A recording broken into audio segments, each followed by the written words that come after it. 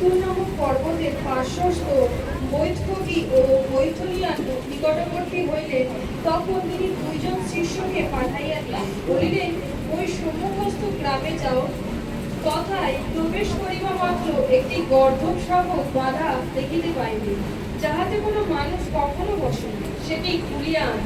আর যদি কেউ তোমাদিগকে জিজ্ঞাসা করে, এটি কেন খুলিতেছ, তবে এইরূপ বলিবে, ইহাতে প্রভুর প্রয়োজন আছে। তখন যাহাদিগকে পাঠানো হইল, তাহারা গিয়া তিনি যেরূপ বলিয়াছিলেন সেই রূপই দেখিতে পাইলেন। যখন তাহারা গর্ভব শাবকটি খুলিতেছিলেন, তখন মালিকেরা তাহাদিগকে বলিল, গর্ভব শাবকটি খুলিতেছ কেন? তাহারা কহিলেন, ইহাতে প্রভুর প্রয়োজন আছে। আর তাহারা সেটিকে যিশুর নিকটে লইয়া আসিলেন এবং তাহার পৃষ্ঠে আপনাদের বস্ত্র পাতিয়া তাহার উপরে যিশুকে বসাইলেন। পরে যখন তিনি যাইতে লাগিলেন, লোকেরা আপন আপন বস্ত্র পথে পাতিয়া দিতে লাগিল। আর তিনি নিকটবর্তী হইতেছেন, জৈতুন পর্বত হইতে নামিবার স্থানে উপস্থিত হইয়াছেন। এমন সময়ে সমুদয় শিষ্যদল যে সকল পরাক্রম কার্য দেখিয়াছিল, সেই সমস্তের জন্য আনন্দপূর্বক উচ্চভাবে ঈশ্বরের প্রশংসা করিয়া বলিতে লাগিল, ধন্য সেই রাজা, যিনি প্রভুর নামে আসিতেছেন, স্বর্গে শান্তি এবং ঊর্ধ্বলোকে মহিমা। আমেন। আমেন। এই পুস্তকের দ্বারা আমরা জানতে পেরেছি, আপনারা কিছুক্ষণ আগে যখন আমি অফিস থেকে বেরোচ্ছিলাম, আপনারা নিজের অন্তর থেকে প্রেমের দ্বারায় যে আপনারা কাপড়, রুমাল, বস্ত্র, ফুল, ডাল, ডালি সমস্ত জিনিস যে বিছিয়ে দিয়েছিলেন, এই এক পুস্তকে লিখিত দ্বারা। আর যারা এই দিনকে আজকে পালন করেছেন বা পালন করছেন, আমি বলবো ঈশ্বর আপনার জীবনকে আনন্দিত পালন করা শুরু করছে, আনন্দিত দেওয়ার দিন শুরু করছে। বাইবেল থেকে কোনো বাক্য যদি আপনার হৃদয়ে পালন থাকে, আপনার মানসিক দেহ থেকে যদি আপনি পালন করা শিখে যান, বাইবেল বলছে সেই জায়গায় ধন্য তুমি যে ঈশ্বরের মহিমা করছেন। হালেলুয়া। সেখানে যিশু তার দুজন শিষ্যকে, তিনজন নয়, দুইজন শিষ্যকে পাঠিয়ে দিলেন এক নগরে, এক গ্রামেতে। প্রভু যিশু কেন পাঠালেন তাকে? এক গর্ভবের বাচ্চা, অর্থাৎ গাধার এক বাচ্চাকে তিনি কি করলেন? পাঠিয়ে দিলেন তার শিষ্যকে আনতে। আর তিনি জানতেন ওই স্থানে, ওই জায়গায়, ওই নগরে, অমুক বাড়িতে, অমুক জায়গায়, অমুক স্থানে এক গাধার বাচ্চা আছে। আর সেই সময় গাধাটা যখন খুলতে যায়, তখন শিষ্যদেরকে বলছে, সেই গাধার মালিক যিনি গাধাকে চাষ করেছে, যে এটা তোমরা কেন খুলে নিয়ে যাচ্ছ?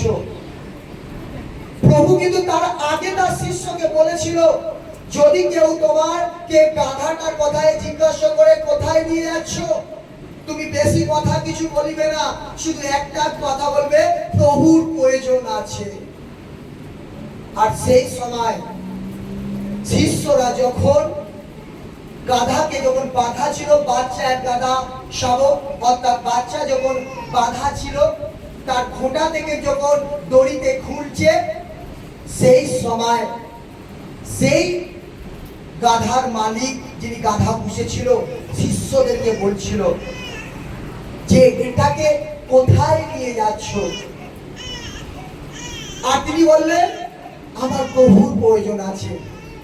আর যখন রাস্তায় পথ হাঁটতে শুরু করলেন, সেই সময় তারা চিন্তা করতে লাগলো, কি অদ্ভুত বাণী, কি অদ্ভুত প্রফেসি, যেটা আমার প্রভু বলে দিয়েছে সেটাই কিন্তু হলো। সকলে বলে হালেলুয়া। আর সেই সময় তারা খুশিতে আনন্দিত করতে করতে, হতে পারে বহু দূরত্ব পথ অতিক্রম করে গাধাটা তার প্রভুর কাছে আনিলেন। আর ওই সময় বাইবেল বলছে, প্রভু যখন গাধাটা দেখলো, তখন প্রভু আনন্দিত হলেন। আর শিষ্যরা তারা ভাবতে লাগলো, এত তো পৃথিবীতে পশু আছে, ঘোড়া আছে, হাতি আছে, আমার প্রভু গাধাতে কেন বসতে চাইছে? আর সেই সময় গাধাতে বসার জন্য প্রভু যিশু যখন গাধাতে বসবে বলে সিদ্ধান্ত নিচ্ছিলেন, শিষ্যরা তাদের গলায় গামছা, রুমাল, বস্ত্র ভাঁজ করে গাধার পিঠে কি করলেন? বসিয়ে দিলেন। আর প্রভুকে বসিয়ে দিয়ে সেই নগরের ধার দিয়ে আস্তে আস্তে জেরুজালেমে প্রবেশ করলেন। আর জেরুজালেমে যখন প্রবেশ হলো, স্বর্গ রাজ্য খুলে গেল। জেরুজালেমে যখন প্রবেশ করলো, তাদের মনে উৎসাহিত হলো। আর তারা প্রত্যেকটা লোক একই ওয়ার্ড বলছিল। কি বলছিল? হোসানা, হোসানা, হোসানা, হোসানা, হোসানা, হোসানা। ধন্য সেই রাজা যিনি প্রভুর নামে আসিতেছেন, স্বর্গের শান্তি এবং ঊর্ধ্বলোকের মহিমা। আমেন। তার মানে আজ সেই দিন যদি আপনি বাইবেল থেকে পালন করতে এসেছেন, আপনার বাড়িতে আজ স্বর্গের দূত যাচ্ছে, আপনার ঘরেতে স্বর্গের দূত যাচ্ছে, আপনার বাড়িতে শান্তি আনন্দ দিচ্ছে యేసు নামে, শান্তি আনন্দ দিচ্ছে యేసు নামে। ওই সময় হোসানা কথার অর্থ আমরা সবকিছু জানবো। আজ কেন এই ওয়ার্ডকে সেই সময় শিষ্যরা বলিতে লাগলেন, সারা মাস বলতে লাগলো না, কিন্তু পাম সানডে খেজুর পাতা কেন নিয়ে হোসানা বললেন? আমরা লিখতে পারি, আমরা বলতে পারি, শুনে নিতে পারি। আপনার প্রশ্ন আছে যে পাস্টার, পাম সানডে অর্থাৎ পাম সানডে কেন পালন করা হলো? খেজুর পাতা কেন আজকে নিলেন? নগরের লোক, আরো তো পাতা ছিল, কেন আজকে গাধাকে বেছে দিলেন আমার প্রভু?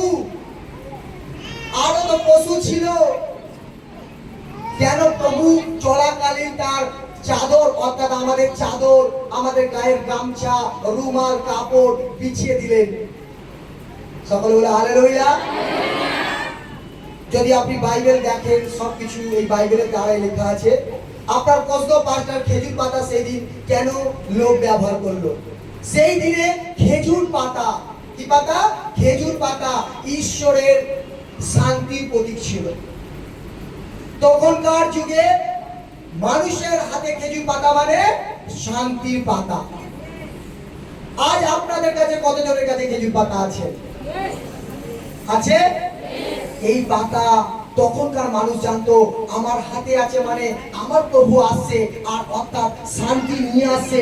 আজ আমি শান্তি নিয়ে বাড়ি যাবো। হালেলুয়া। বহু লোক মেসেজ পেয়েও আসেনি। ধন্য আপনি আমি যে আজকের দিনকে পালন করছি। বাইবেলের 4টে দিন আপনি পালন করবেন। প্রভু যিশু জন্মদিন কোন জায়গায় বাইবেলে লেখা নেই। আমি অনেকবার বাইবেলকে পড়েছি, শেষ করেছি, গুনতিতে বলা যাবে না। কোন জায়গায় নেই যে যিশু, প্রভু যিশু তিনি আমাদের জন্মগ্রহণ করেছিলেন অমুক দিনে, সেই দিন অরিজিনাল জন্মদিন লেখা নেই।